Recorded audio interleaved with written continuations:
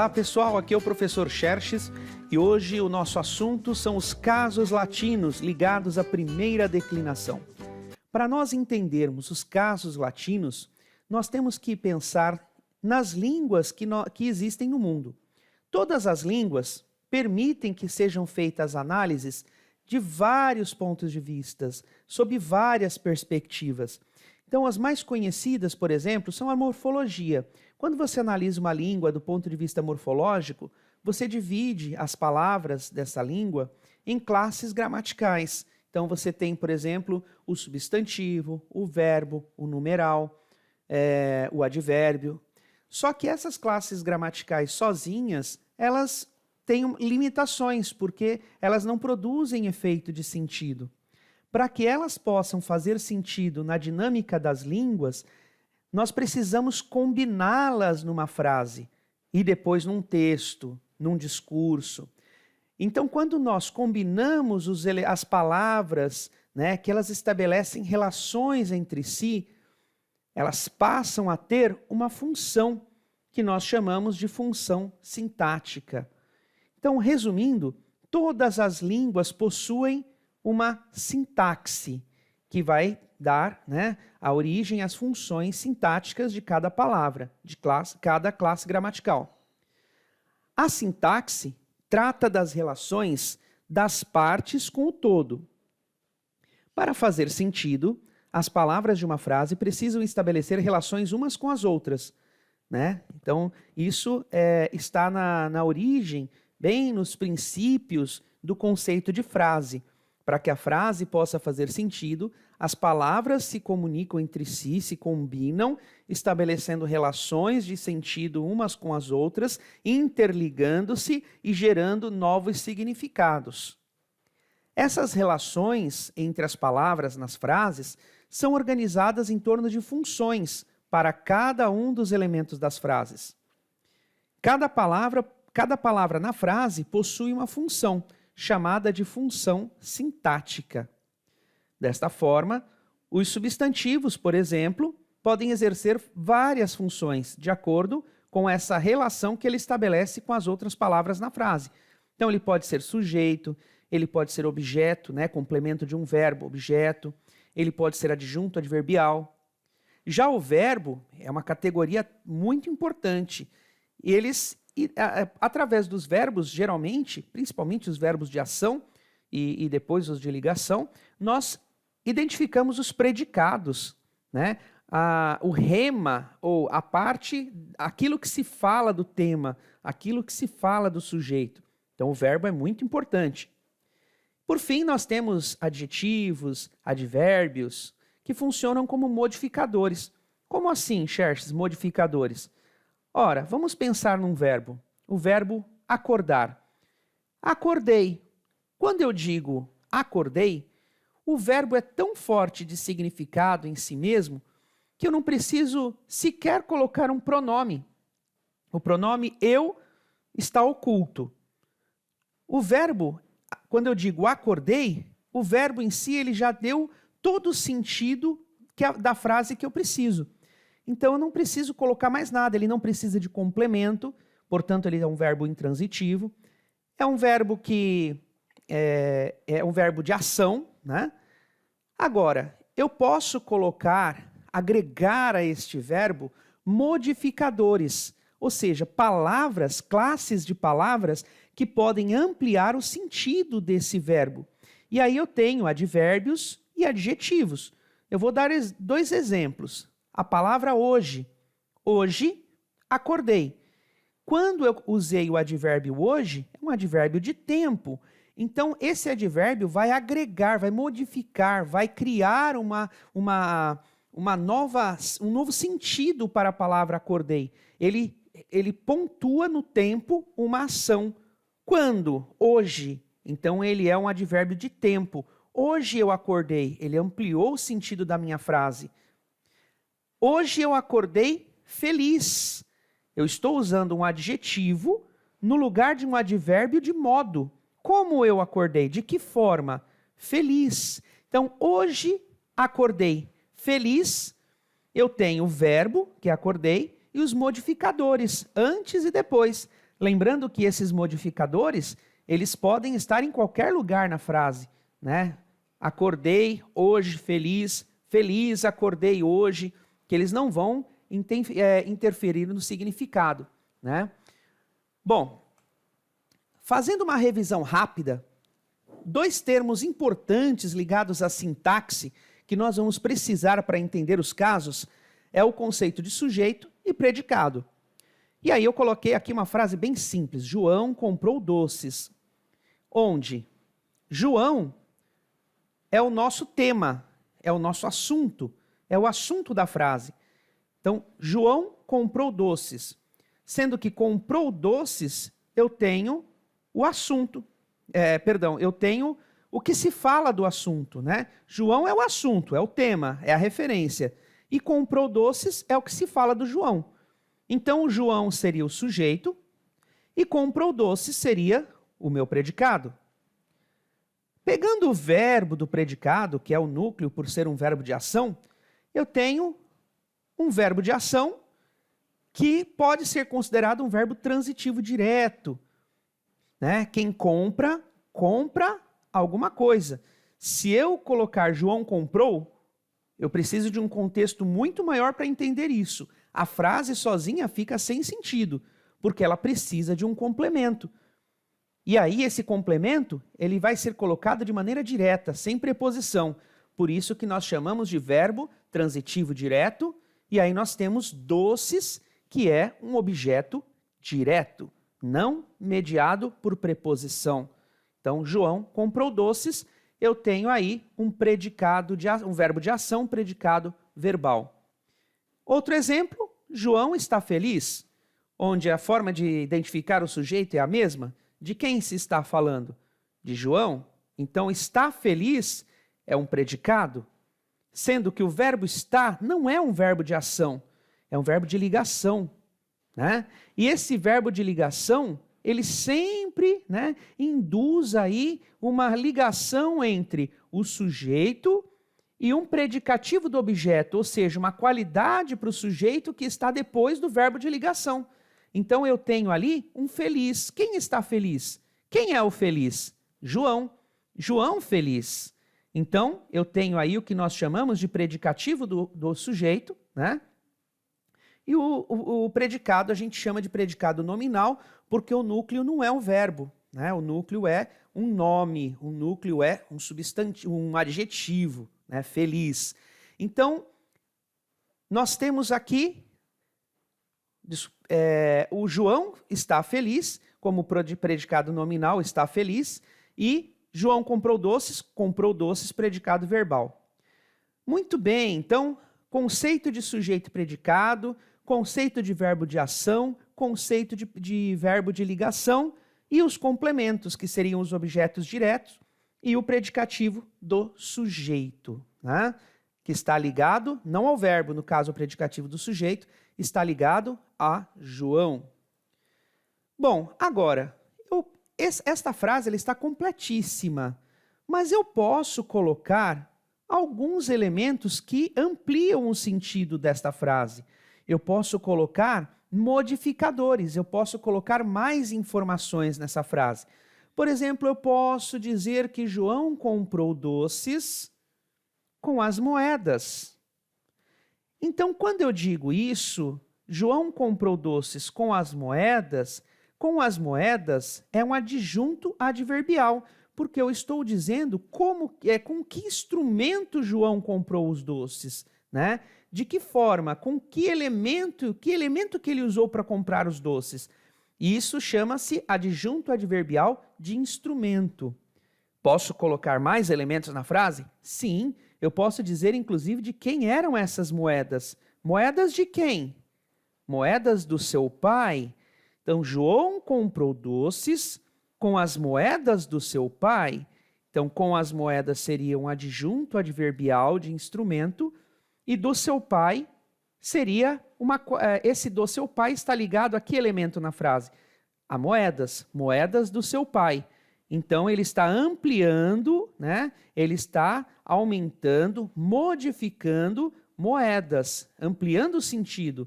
Por isso, ele é um adjunto adnominal, né, um adjetivo restritivo para moedas. Não é quaisquer moeda, né? Não são quaisquer moedas, são moedas do seu pai. Então, nesse caso aqui, o que nós fizemos foi uma análise sintática. É lógico, uma pequena revisão rápida, porque nós precisamos avançar para o conhecimento sobre os casos, né? E esse conhecimento básico de sintaxe da língua é importante para nós entendermos os casos.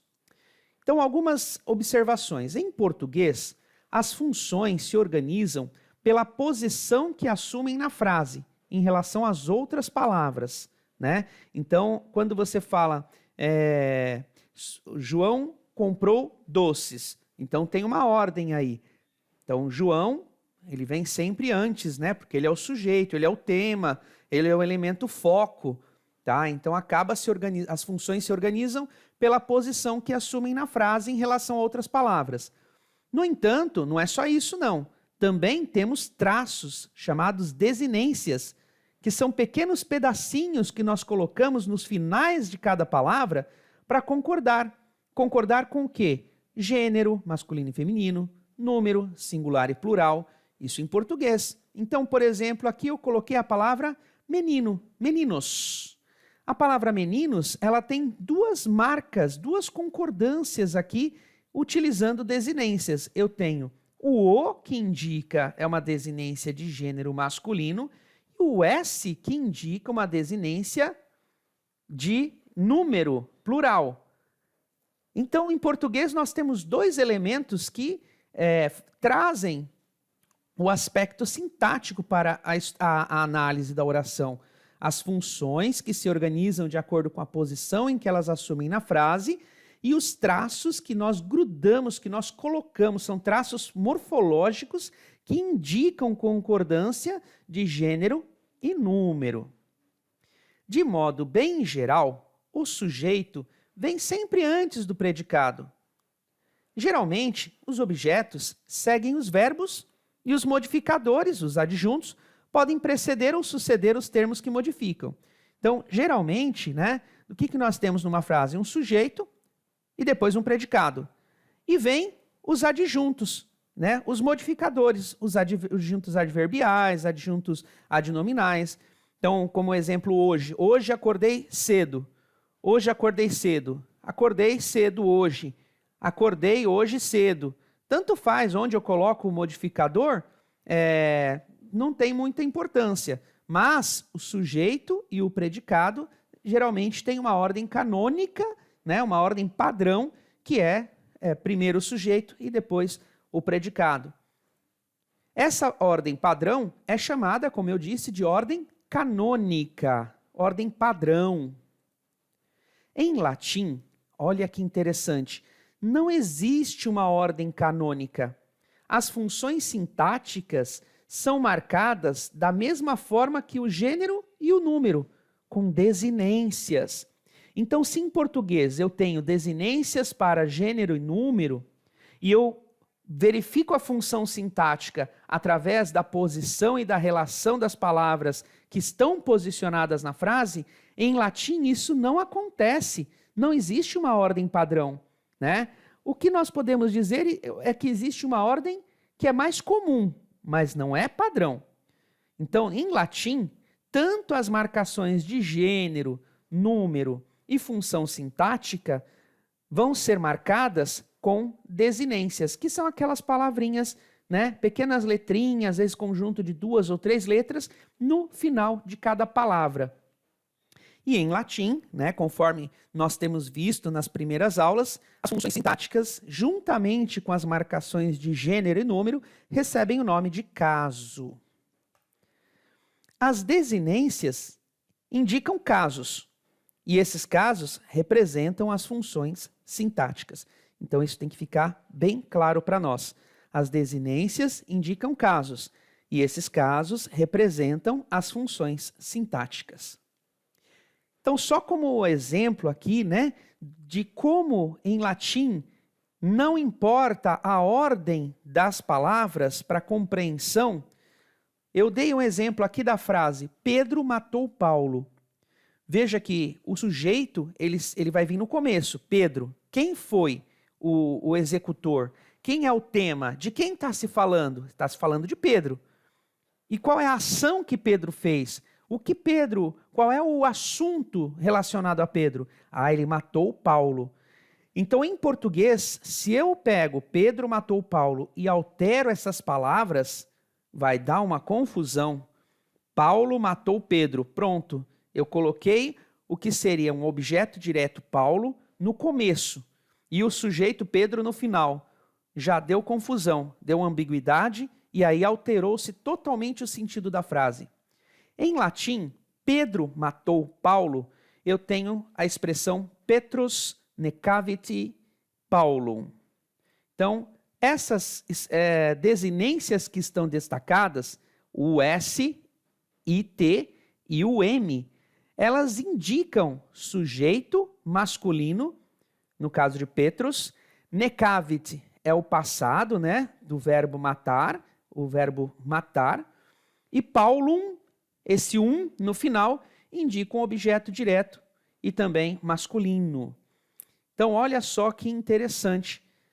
Petrus necavit Paulum. Essa é uma ordem em latim que segue mais ou menos o que a gente tem em português. Sujeito, verbo, complemento, que é o objeto direto. Se eu fizer em latim uma inversão, colocar assim, Petrus, Paulum, necavit, sujeito mais objeto mais o verbo, continua tendo a mesma tradução. Pedro matou Paulo. Se eu colocar Paulum, Petrus, necavit, continua sendo Pedro matou Paulo. Se eu inverter mais ainda, Paulum, necavit Petrus, que é o que eu fiz em português e deu ambiguidade, em latim não vai dar ambiguidade, porque as desinências que são agregadas a cada palavra vão me dizer que aquele Paulum, né, o Paulum, ele não é um sujeito, ele é um objeto direto, tá? Por conta dessa desinência. Ou eu posso colocar o verbo no final, no começo, necavit Petrus Paulum, e continua sendo Pedro matou Paulo, ou necavit Paulum Petrus. Eu usei todas as possibilidades de combinações e a frase continua sendo traduzida como Pedro matou Paulo. Então eu quero que fique bem claro que, independente da ordem das palavras em latim, as desinências vão garantir a compreensão do sentido da função sintática, que seria o caso, e também gênero e número. Como são organizados os casos em latim, né? Já vimos que os casos e funções sintáticas têm uma relação bem íntima, né? As palavras em latim terminam com desinências diferentes. Por isso, não é possível organizá-las todas em uma única tabela. Como os casos têm funções e desinências próprias, para organizar e visualizar melhor esses casos, organizaram-se tabelas com modelos ou paradigmas que se chamam declinações. Então, o que acontece? Os casos, que nós vamos ver agora, daqui a pouquinho, nós temos 6. Só que são muitas as terminações e as desinências que se agrupam em modelos, em paradigmas diferentes. Então, a organização desses casos agrupados de acordo com as suas desinências, nós demos o nome de declinações. Assim, agruparam-se as palavras de acordo com os fonemas, né? Com essas desinências finais, chegando-se a 5 declinações, ou seja, 5 tabelas. Cada uma dessas 5 tabelas contém os 6 casos, cujas declinações indicam suas funções sintáticas, gênero e número. Então, a gente precisa entender bem a diferença de caso e declinação. O caso é uma desinência específica colocada em uma palavra, indicando a função sintática que esta palavra exerce na oração. E declinação é um conjunto de diversos casos, dos 6 casos juntos. É um conjunto de casos que uma palavra pode apresentar.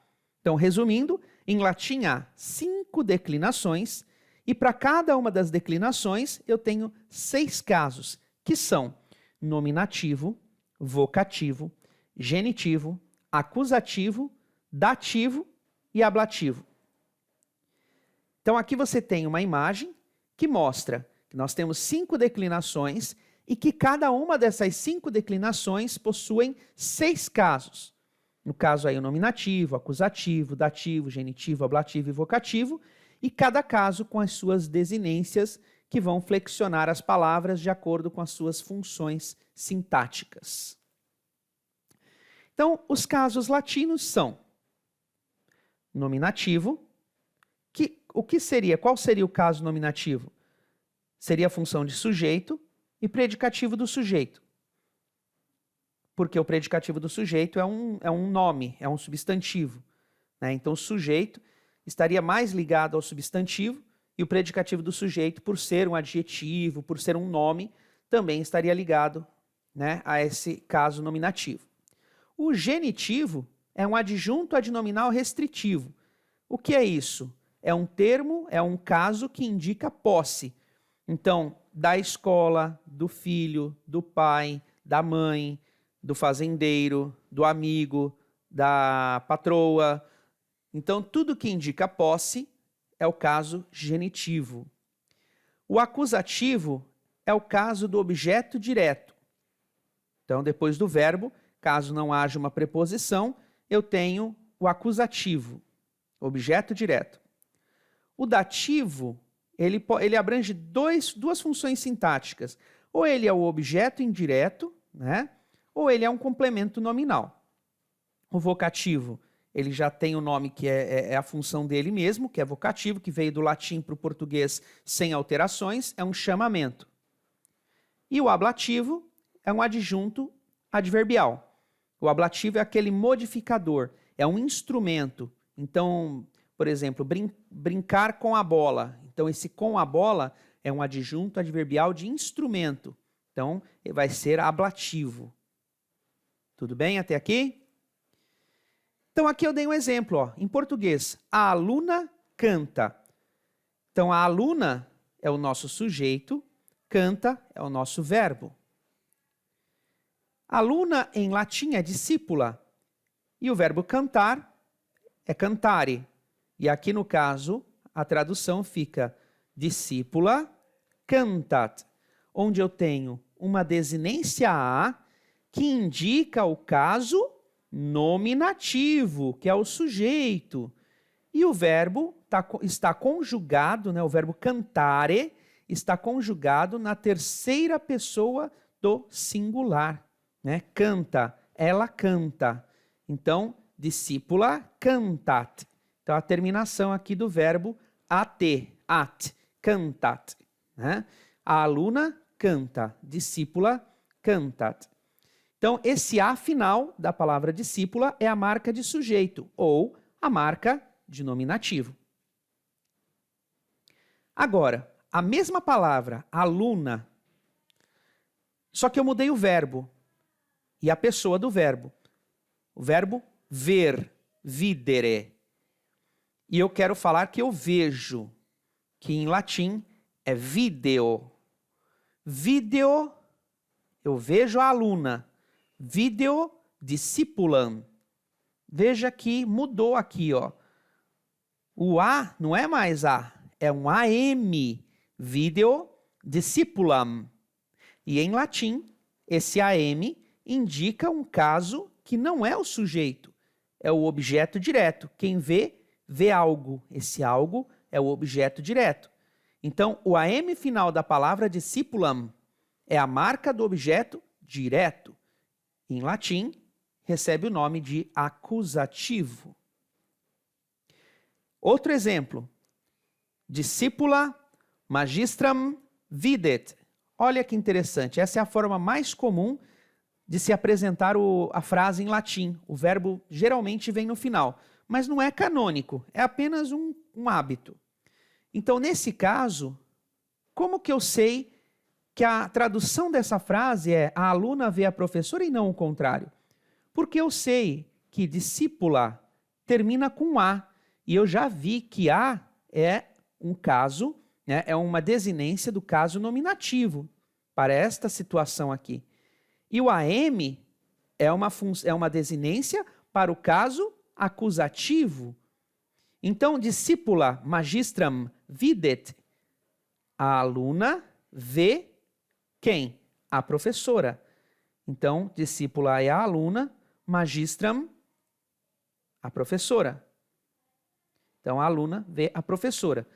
Agora eu vou mudar, eu vou colocar o AM no discípula. E o A eu vou deixar em magistra. Aí muda o sentido. A mesma frase, ó. Discipulam magistra videt. Então, continua sendo o verbo ver, na terceira pessoa do singular, vê. Alguém vê. Quem que está vendo agora? Quem recebe o caso nominativo é a palavra magistra. Então, a professora vê. Quem? Discipulam, a aluna. Então, aqui a gente percebe claramente que essas desinências são importantes, essas desinências que são agrupadas em casos, no caso aqui nós estamos vendo o nominativo e o acusativo. Bom, nós vimos esse texto na nossa primeira aula de latim. Puella cantat. É um texto do livro do Paulo Ronay, né? Paulo Ronay, na verdade. E Puella cantat, a menina canta. Então nós vimos aqui, Puella cantat, magistra educat, aquila volat, ou aquila volat. Puelle cantant, magistre educant, aquile volant, discipula saltat, poeta recitat, agricola laborat, ranne natant, regine regnant, naute navigant. Bom, aqui nós temos um texto muito simples, onde nós temos o quê? Um sujeito e um verbo que indica um predicado, em todas as frases. Puella cantat, sujeito é puella, que é menina, e cantat, que é o verbo cantar, na terceira pessoa do singular. Então, a menina canta.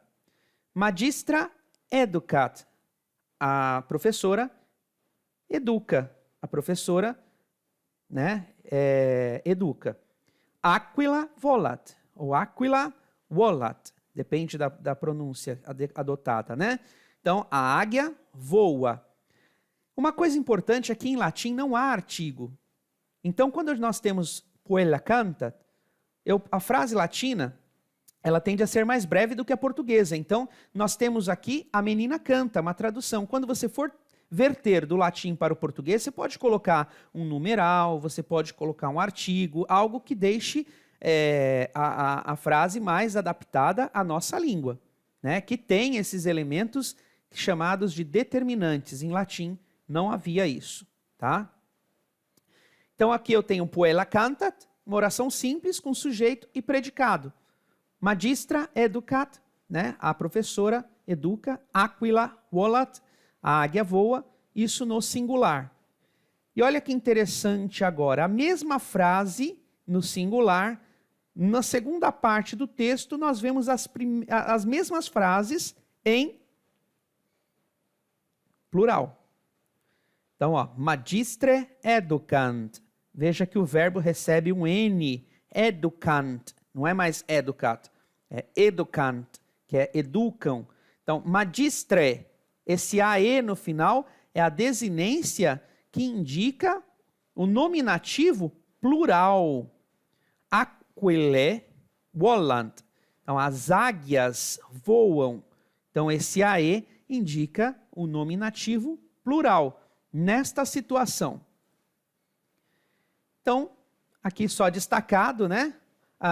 Destacadas as desinências que vão indicar os casos tanto no singular, nominativo, né? No caso aí o A, nominativo singular, e o AE é nominativo plural. Então, todos os substantivos dessa leitura terminam em A no singular e em E no plural. Pronunciar né? Todos os verbos da leitura terminam em at na terceira pessoa do singular e em ant na terceira pessoa do plural. Agora vamos avançar um pouquinho nesse texto aqui. Magistra et discipulae. A professora e as alunas. Então, nós já sabemos que professora está no singular, que esse a indica o nominativo, e esse ae seria o nosso nominativo plural, nominativo singular com a e o nominativo plural com ae. Aqui a gente já consegue identificar o título da nossa leitura. Magistra et discipulae. Sempronia é o nome da professora, tá? E os outros nomes são as alunas. Então, a Sempronia é magistra. Então, a Sempronia é professora. Lívia é discípula. A Lívia é discípula. Discipulae, sedulae, sum. Então, eu tenho aqui, ó, discipulae, esse ae aqui, indicando o plural de discípula. Então, as alunas. Sedulae, nós vemos no vocabulário aqui, que significa aplicada. Então, sedulae, o ae no final, são aplicadas, né? Então, as discípulas são aplicadas. Iulia et Silvia, quoque, discipulae sum. Então, quoque significa também. Iulia et Silvia também são discípulas. Discípula bona semper sedula est. As discípulas, a boa aluna sempre é esperta, né? É aplicada. A boa aluna sempre é aplicada. Então, magistra educat, né? A professora educa, puelle laborant. As alunas trabalham. Lívia cantat, a Lívia canta. Julia recitat, a Júlia recita. Silvia saltat, a Silvia salta. Veja que nesta lição ele já acrescenta verbos, né? Mais vocabulário. Discipulae, male non laborant. As alunas, mas não trabalham. Magistra severa est. A professora é brava. E aí tem aqui um colloquium, que é um diálogo. A Sempronia diz, é cédula, Lívia? Né? Quer dizer, você está atenta, Lívia? Você está atenta? Aí ela diz assim, sim, estou. Né? Aí a Sempronia diz, esti sedule puelle? Estão atentas, alunas? Sumos. Né? Quer dizer, estamos. Então eu vou pegar só uma palavra daqui, que é discípula e cédula. No singular, né? Esse a nós já vimos que é nominativo singular. E o ae, nominativo plural. Então, o predicativo. O que é o predicativo? É aquela palavra, é aquele predicado, né? Que aparece, o predicativo está naquele predicado que aparece o verbo de ligação. Como aqui nós temos o verbo est, que é o verbo ser, essere, né? O verbo ser. Sempronia est magistra. A Sempronia é professora. Então veja que eu tenho dois substantivos aqui, um ligado ao outro. Por isso que os dois recebem o caso nominativo. Sempronia é o sujeito, est é o verbo de ligação e magistra é o predicativo do sujeito. E aí nós temos um predicado que é chamado de predicado nominal. E o plural, discipulae, sedulae, sum. Aí eu mudei um pouquinho, coloquei o verbo lá para o final. As alunas são aplicadas. Então eu tenho, então, o sujeito, o predicativo do sujeito e o verbo, sem grandes dificuldades. Nas frases onde aparece o verbo esse ou essere, que é ser, geralmente há predicativo, porque depois do verbo ser ou estar, geralmente tem um predicativo do sujeito ou do objeto. O predicativo concorda com o sujeito em número. Então, se aqui o sujeito estiver no singular, o predicativo aqui vai ser singular também. Se estiver no plural, aqui vai estar no plural também, como aconteceu nesses dois exemplos que eu dei aqui para vocês. Aqui tem uma tabelinha do verbo esse, ou essere, que é o verbo ser, ou estar. Em latim, nós não usamos o pronome pessoal, não é muito comum. Nós colocamos aqui apenas para fixar, né, as pessoas. Então, nós temos em latim sum, es, est, sumus, estis e sunt. É a conjugação do verbo ser ou estar, né, no presente do indicativo.